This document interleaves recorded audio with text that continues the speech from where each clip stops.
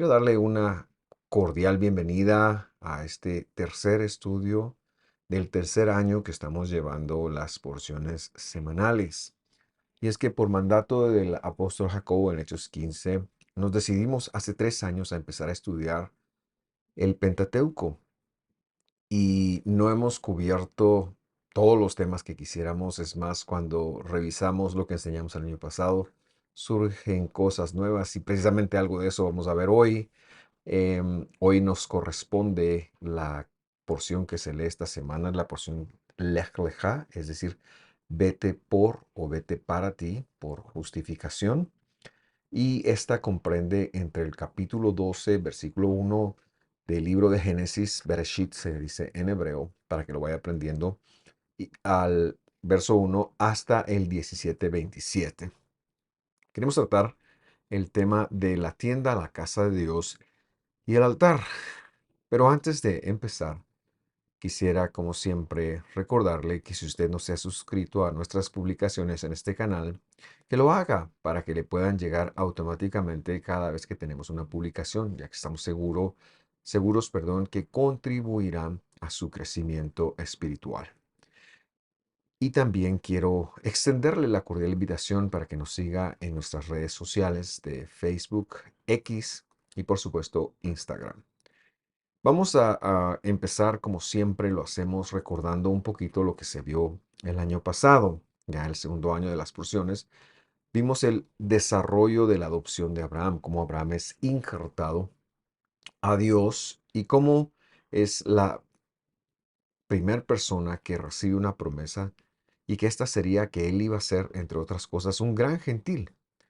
Vimos hasta el versículo 7 del capítulo 12 y luego en función de la destrucción de Sodoma y Gomorra y en función de Lot saltamos hasta el versículo 13. Hoy, como ya lo mencionaba, hemos encontrado algo que nos invita a recordar un poquito versículos que ya hemos leído. Así que tomamos la lectura del versículo 5, la cual dice así: Tomó Abraham a Sarai su mujer, y a Lot su hermano, y a toda su hacienda que había ganado y a las personas que habían hecho en Harán, y salieron para ir a tierra de Canaán, y a tierra de Canaán llegaron. Hay algunas lecturas que a veces damos por sentado, pero que si nosotros nos detuviéramos a pensar a qué se refiere, podríamos extraer grandes verdades en la Biblia. Este es uno de esos casos. En primer lugar, quiero que usted note, por favor, el verbo que describe la acción de Abraham. Es decir, él tomó a su esposa, dice, a su sobrino y a las personas que habían hecho en Harán. Y aquí hay tres tipos de personas. En primer lugar, a su esposa. Pero, ¿qué quiere decir tomar? Y lo que está detrás de la palabra tomar, también lo extraemos de una de nuestras porciones, la porción de Korah, Coré, que se encuentra en el libro de Números. Y en esta porción vemos que Korah también tomó. ¿Pero qué tomaron? Tomaron el corazón de las personas, es decir, por medio de palabras convenientes, sedujeron a Abraham para bien, Coré, Korah para mal, sedujeron a las personas. Lo que esta palabra denota es un ejercicio de testimonio de parte de Dios que Abraham ejerce hacia estos tres grupos de personas. En primer lugar, hacia su esposa. ¿Y por qué tenía Abraham que convencer a su esposa? Porque Sarai era estéril y un nómada es muy difícil que conciba. Era mejor establecerse en un lugar y seguramente Sara estaba muy cómoda en donde estaban viviendo, que era la ciudad de Harán. Sin embargo, Abraham le convence de venir y no lo hubiera podido hacer, por supuesto, sin la ayuda de Dios. Decimos que este verso también es respaldado por Dios, como a Coraj lo respaldó su envidia, lo respaldó su celo, eh, de una forma negativa. Abraham lo respalda a Dios porque Dios es el que le ha extendido un llamado, y cuando Dios extiende un llamado a una persona, Él lo va a respaldar. Como hemos señalado en otros lugares, Dios no te va a pedir que hagas algo para lo cual Él no te va a capacitar. En segundo lugar, vemos que llama a su sobrino, el huérfano de su hermano. Como vimos de él el año pasado, este Lot recibió la salvación, recibió la justificación divina y por eso es que una vez pasó a ser de los injertados, Dios se comprometió con él de tal forma que aun y cuando tomó una decisión nefasta de irse a vivir a la ciudad de Sodoma, Sedom en hebreo, de todas maneras Dios lo toma, pero este es una de las personas que recibe la promesa. Y Lot es el primero que cumple esta promesa que le había hecho Dios. Te voy a hacer un gran gentil. Y eso es importante recordarlo porque dentro de muchos lugares se predica la pureza racial como la receptora de las promesas. Pero Abraham fue escogido por Dios y Dios le dijo, yo voy a hacer un gran gentil de ti. No le dice una nación grande, sino le dice un gentil muy grande, algo que las Biblias evitan traducir de esa forma, las traducciones evitan traducir de esa manera. ¿Por qué? No lo sé, pero lo que tengamos en claridad es que un gentil era un pueblo que no tenía una identidad, que a lo mejor no tenían un mismo lenguaje, pero que Dios iba a reunir. Y esto cabe con todo el desarrollo de la escritura que desde el momento en que Dios se lo prometió a Abraham y hasta el momento en que Jesús viene y envía a sus 12 discípulos a predicar por todo el mundo, sigue escogiendo por elección, Dios sigue eligiendo y sigue llamando por decisión propia a aquellos que Él va a convertir en un pueblo. Pero empezarán, por supuesto, como un gentil grande. Y esto es lo que ha dicho en el versículo 2 que recordamos también. Y haré de ti un gentil grande, le dice. Y te bendeciré, es decir, te adoptaré a ti y engrandeceré tu nombre y serás bendición, dicen, pero serás un mecanismo de adopción o un mecanismo de inserción. Lo explicábamos el año pasado, no lo vamos a ver. Por lo tanto, aparte de su propia esposa, el primero de los injertados en este gran gentil no son otros, no es otro más que su sobrino, quien deja la heredad que hubiera recibido de su abuelo, es decir, a él le tocaba la herencia de su padre, que ha muerto ya para este momento, y él la deja, él la entrega, porque entiende por medio del mensaje de Abraham, respaldado por Dios, que hay un llamado mucho mejor. Claro, lo pierde porque pone su mirada en las cosas temporales y luego todo lo que ocurrió con él, que ya hablamos un poquito de esto el año pasado. Pero luego me sorprende el tercer grupo de personas y me emociona a la vez. Y él, la escritura coloca aquí, y yo se lo coloco ahí a usted para que usted lo vea, a las personas que habían hecho en Harán. Y quisiera decir un dato muy curioso de esta palabra. Dice a los nefesh, nefshot en plural, pero es la palabra nefesh, que habían hecho en Harán. ¿Y por qué le digo yo esta palabra? Porque esta es la que muchas otras veces en la escritura arbitrariamente, es decir, de acuerdo a la opinión filosófica del traductor, la han traducido como alma. Pero aquí hay una prueba de que no se refiere a un ser independiente del cuerpo, se refiere al ser completo, se refiere a la persona completa y no es intangible, al contrario, se refiere a una persona. Pero el punto es que, y apartándome de esto, solo lo quería mencionar, los toma a un montón de gentiles, a muchos gentiles que a quienes Abraham les ha dado un testimonio con el mensaje de Dios. Él, al recibir el llamado de Dios del capítulo 12, versos 1, 2 y 3, empieza a dar testimonio. Se ha dicho, y especialmente esto se lo dice mucho dentro del fariseísmo actual, me refiero al rabinato, que Abraham es el primer judío. Esto no es del todo cierto. El primer judío realmente sería Judá, porque ese era su nombre. Sin embargo, ellos se refieren a a la religión. Pero no, Abraham fue el primer llamado, pero era un gentil cuando Dios le llamó. Abraham era un gentil y Dios le dijo que iba a ser un gentil grande y que ese proceso iba a llevar a convertirlo en un gentil santo para luego llegar a ser pueblo. Pero lo que me sorprende a mí mucho es que Abraham lo tomó para sí y él se dedicó a dar testimonio de Dios, de que había solamente un Dios. Él no descubrió a Dios, como se lo dice dentro del fariseísmo, sino que él recibió la revelación de Dios, recibió la adopción de Dios y se convirtió en un mecanismo de adopción que sigue vigente, porque el Evangelio nos señala que los que entran a la fidelidad, los tales son parte de la inserción de Abraham, es decir, son hijos de Abraham, son construidos en Abraham.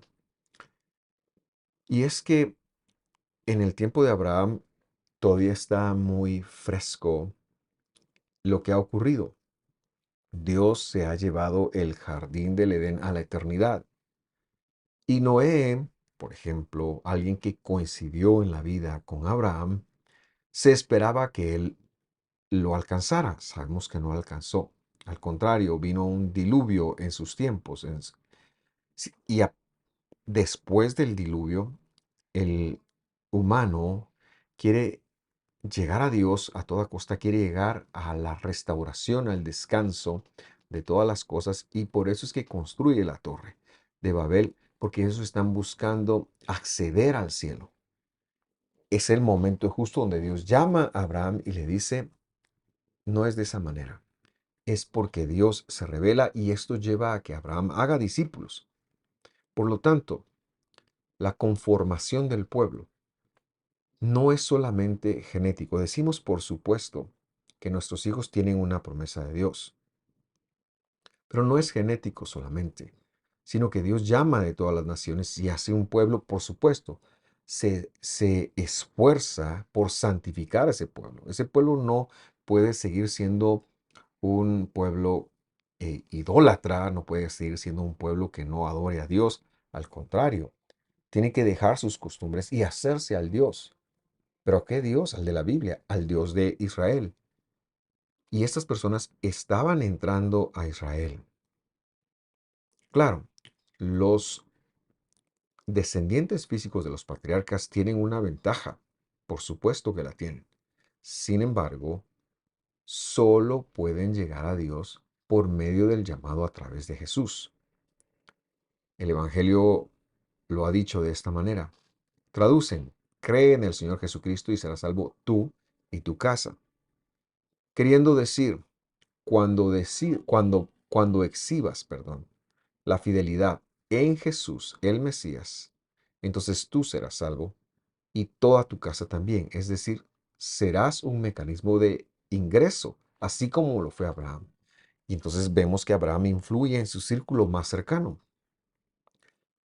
Y debiéramos nosotros también de aspirar a esta influencia. Debiéramos nosotros de aspirar a ser personas que influyen en su familia para que sean adoptados por Dios. Si usted tiene familiares no creyentes, si usted tiene familia inmediata no creyente, pero usted lo es, no se dé por vencido, no se dé por vencido. Aprenda en la escritura cómo actuar de tal forma que usted sea ese mecanismo de inserción, que usted sea un puente, una puerta para que ellos puedan entrar. Este es el primer llamado de Abraham. Y ahora adelantamos, perdón el suspiro, pero es que me emociona saber que desde la genética es muy posible hacer una discriminación y pensar, no, solo los que son descendientes de Abraham, así como tenía el señor Hitler, es decir, era una especie de apartheid donde él creía en una pureza específica de una raza. Pero no, es que Dios no ha llamado por raza, no ha llamado por mérito, sino ha llamado por la elección que Él mismo ha hecho. Y eso es algo que lo cual le agradezco a Dios y que estoy seguro usted comparte esa gratitud. Ahora sí adelantamos la lectura entonces al versículo 8 de nuestro capítulo y vamos a comentar lo de la tienda, la casa de Dios y por supuesto el altar. Dice así. De allí se trasladó hacia el monte al oriente de Betel, y plantó su tienda teniendo Betel al occidente y Jai al oriente. Edificó un altar al Señor e invocó el nombre del Señor. Versículo 9. Y Abraham siguió su camino, continuando hacia el Negev. El Negev era al sur, posteriormente estará en la tribu de Judá. Quiero hacer tres comentarios, por supuesto, usted ya sabe cuáles son. En primer lugar, su tienda. Pero es curioso, no es ambiguo como lo es en castellano. En hebreo hay un sufijo femenino, es decir, él lo que hizo es que plantó su tienda de ella, la tienda de ella en femenino. Y lo que nosotros necesitamos saber acá o conectar acá es que lo que hizo él fue preparar la tienda de Sara, de su esposa. No está hablando de sí mismo, sino se refiere a la única persona a la cual puede referirse, es a Sara, su esposa. Y esto es impresionante porque el patriarca nos está modelando que aunque él es un hombre de Dios, en una misión y en un llamado, no dejará de atender la necesidad de su esposa de tener una pertenencia, de tener una casa, de tener un espacio para ella. El cuidado que él tiene para su esposa es impresionante y seguramente este trato era recíproco, a pesar de que este era un hogar que también tuvo muchos problemas. Pero la base de la relación era muy fuerte porque era el servicio a Dios, el servicio que Dios había impuesto en ellos. Y aquí lo que vemos es que Abraham se ocupa de, antes de cualquier cosa, incluso de hacer el altar a Dios. Él le establece un lugar a Sara para que Sara pueda estar cómoda y pueda pernoctar. Un rasgo del carácter de Abraham digno de imitar por los matrimonios del siglo XXI. Y también hablaré de Sara. En este siglo, en esta época, estamos tan acostumbrados a que si se acabó el amor, que el verdadero amor no se acaba porque es el buscar la voluntad de Dios, es el verdadero amor. Pero si nos enojamos, si tenemos esto, estamos tan listos para quitar el corazón y para romper el compromiso. Nosotros vemos que cualquier cosa nos puede separar. Y por eso, antes de ponernos en una posición como esta, debemos de ser imitadores de la escritura en los cuales refleja a un patriarca cuidando de su esposa. El Evangelio no va a escatimar y cuando escribe a Sara en función de su esposo también dice lo siguiente. Verso 6 del capítulo 3 de la primera carta de Pedro. Así obedeció Sara a Abraham llamándolo Señor. Imagínese usted. Y ustedes han llegado a ser, pero es que ese ha sido un proceso, hijas de ella si hacen el bien y no tienen miedo de que nada pueda aterrorizarlas. Pero ahora le va a hablar a los hombres.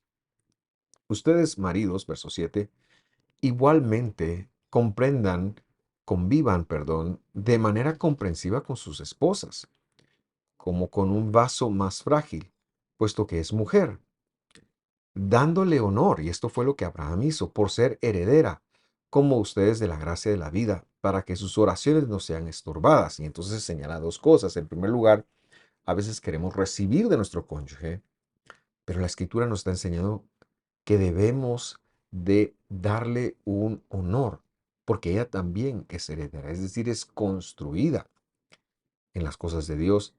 Y en segundo lugar, veremos una reciprocidad de parte de Sara.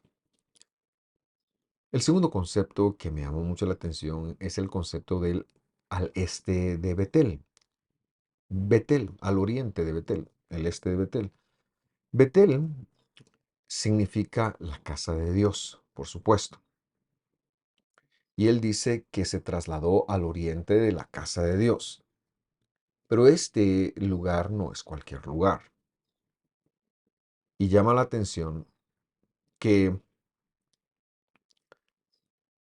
la escritura ya le ha llamado Betel a este lugar, Pero cuando Abraham pasa por ahí, ese no es su nombre. Él se dirige al sur, al Negev, como lo hemos leído, pero cuando va, en primer lugar, a pesar de hacer una parada temporal, él hace dos cosas importantes. En primer lugar, le coloca su tienda a Sara y en segundo lugar, levanta un altar. Ya veremos cuál es el significado del altar. Pero la Biblia dice que lo hace al oriente de Betel, al oriente de la casa de Dios. Ahora, cuando Abraham va pasando por ese lugar, no es ese el nombre. La escritura se está adelantando. Porque en el capítulo 28, cuando Jacob, años después de su abuelo Abraham, va de camino hacia Aram, es decir, hacia Siria, pasa por el mismo lugar y recibe la revelación de Dios allí. Y la escritura registra, antes se llamaba Luz, y Jacob es el que le cambia de nombre a Betel, porque la escritura lo registra muchos años antes como Betel, si cuando Abraham pasó por ahí se llamaba Luz. Y la respuesta y a partir de eso, de esto se establece una interpretación de la Torá, siendo la palabra de Dios. La respuesta es que no hay ni un antes ni un después en la Torá. La Torá es eterna. Por eso es que muchas veces necesitamos hacer una correcta exégesis. Ahora, me es necesario entonces hablar un poco de Jacob, porque Jacob, que es al final quien nombra este lugar como casa de Dios, lo hace, y lo sabemos, en la región montañosa de Moriah. Y así está en la escritura, verso 19 del capítulo 28 de Bereshit. Y leemos, y llegó a cierto lugar, dice esta versión, y pasó la noche ahí. De hecho, la Biblia dice, y llegó al lugar, definiéndolo con un artículo descriptivo. El lugar, no es cierto lugar, sino es el lugar. Y cuando nosotros comparamos esto con lo que dice en Génesis 28, nos vamos a dar cuenta que ese lugar se refería al Moria, al monte Moria, a la cadena montañosa Moria. Y dice, y pasó la noche ahí porque el sol se había puesto. Tomó una de las piras del altar, la puso de cabecera y se acostó en aquel lugar. Este lugar, a donde Abraham levantó la tienda de Sara y un altar, es el mismo lugar donde después él casi sacrifica a su hijo, donde después su nieto recibe la revelación de la escalera que tenía mensajeros del Señor subiendo y bajando, y donde Dios mismo fue visto cuando estuvo en la tierra hace 2000 años, donde Dios fue levantado en un madero y donde todo el mundo que estaba en Jerusalén lo vio y se evidenció.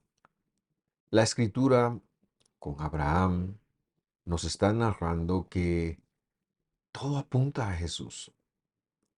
Betel es la casa de Dios, es el lugar donde Jesús iba a dar su vida por nosotros, por el mundo. Es el lugar en donde Dios iba a ser visto. Todo esto está conectado y no es casualidad alguna que Abraham haya decidido hacer su parada temporal en este lugar. No, es que él está haciendo una conexión. Más bien dicho, es que Dios le está haciendo hacer una conexión con lo que pasará miles de años después cuando Él mismo venga. ¿Y por qué lo sabemos? Porque lo que hace ahí es que edifica un altar, que es el tercer eh, aspecto del que le quiero hablar yo, porque Él está a punto de irse a otro lugar. Ahora, la motivación para hacer un altar después de que Moisés sube a la montaña del Sinaí, recibe los mandamientos de Dios y desciende con el pueblo ya echado a la perdición con el becerro de oro, la motivación de un sacrificio, aquí habla de altar, pero la motivación de un sacrificio fue por el perdón de los pecados. Pero antes de ello, siempre el hecho de que las personas construyeran un altar, lo hizo Jacob, lo hizo Isaac, lo hizo Abraham en este caso, pero también lo hizo Abel, también lo hizo Noé. Todos los altares que se hicieron en función o antes del becerro de oro eran, perdón, en función de las promesas de Dios, en función de los pactos de Dios. Por eso yo le digo a usted, no era casualidad que estuvieran en Betel, no, era el lugar donde tenía que él levantar un altar. ¿Por qué? Porque Dios le ha llamado a salir de su tierra, le ha llamado a salir de su familia y de la religión de su padre. Y ahora lo va a educar para que él conecte cómo es la verdadera vida del creyente, cómo es el único Dios que existe. Él tiene que ir ubicando los cambios, él tiene que ir conectando las cosas y por eso levanta un altar. Por supuesto, inferimos que también ofreció un sacrificio. Pero lo que estamos entendiendo es, y se lo hace a la justicia de Dios, porque ese es el nombre que usa, dice que levantó, em, voy a releer el versículo 8, edificó un altar allí al Yud Heh Vav Heh, dice, es decir, al atributo de la justicia de Dios. Como que estuviera diciendo, Dios, ¿sabes qué? Este es el proceso que tienes que pasar. Esto es lo que tienes que conectar. Tienes que conectar que aquí yo me voy a ofrecer a mí mismo. Y seguramente Abraham no lo ha visto completamente, pero ya es una lección para él. Y por eso Dios lo conduce a ofrecer un sacrificio y a levantar un altar. Cuando Abraham llega al capítulo 15, a ese famoso versículo 6, en donde él recibe la imputación de la fidelidad de Dios y Dios cuenta eso como justicia, es el resultado de muchas lecciones de la vida que Dios le está dando. La evidencia de ello es el altar. Abraham tiene que dejar una evidencia de que Dios lo está entrenando, de que Él está conectando. No era por pecados, no era porque Él necesitara perdón, era porque Él estaba conectando una parte de la promesa del pacto que Dios le había dado.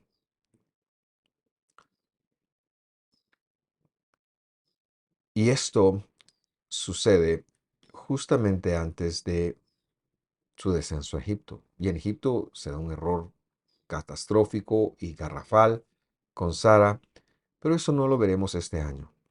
Lo que entendemos y lo que queremos conectar antes de terminar entonces es que que Abraham fue cuidadoso de su esposa, pero que llevó a su esposa y su familia, a Lot seguramente, a conectar con la promesa de Dios, a identificar la promesa de Dios. A veces queremos que nuestros hijos solamente nos sigan porque nosotros lo decimos. No, él se dedicó a aprender de Dios y a enseñar a su familia y por eso es que va con ellos acá. Y la evidencia de esto es un altar. Y un altar aquí representa el pacto de Dios, la revelación de Dios y que Dios nos permita a nosotros aumentar nuestro caudal de revelación. Gracias por sintonizarme. El próximo año continuaremos, espero hacerlo, con ese descenso de Abraham a Egipto y espero que usted pueda acompañarme. Por el momento, esto es todo y un fuerte abrazo. Que Dios lo bendiga. Cualquier duda, estamos para servirles. Hasta pronto.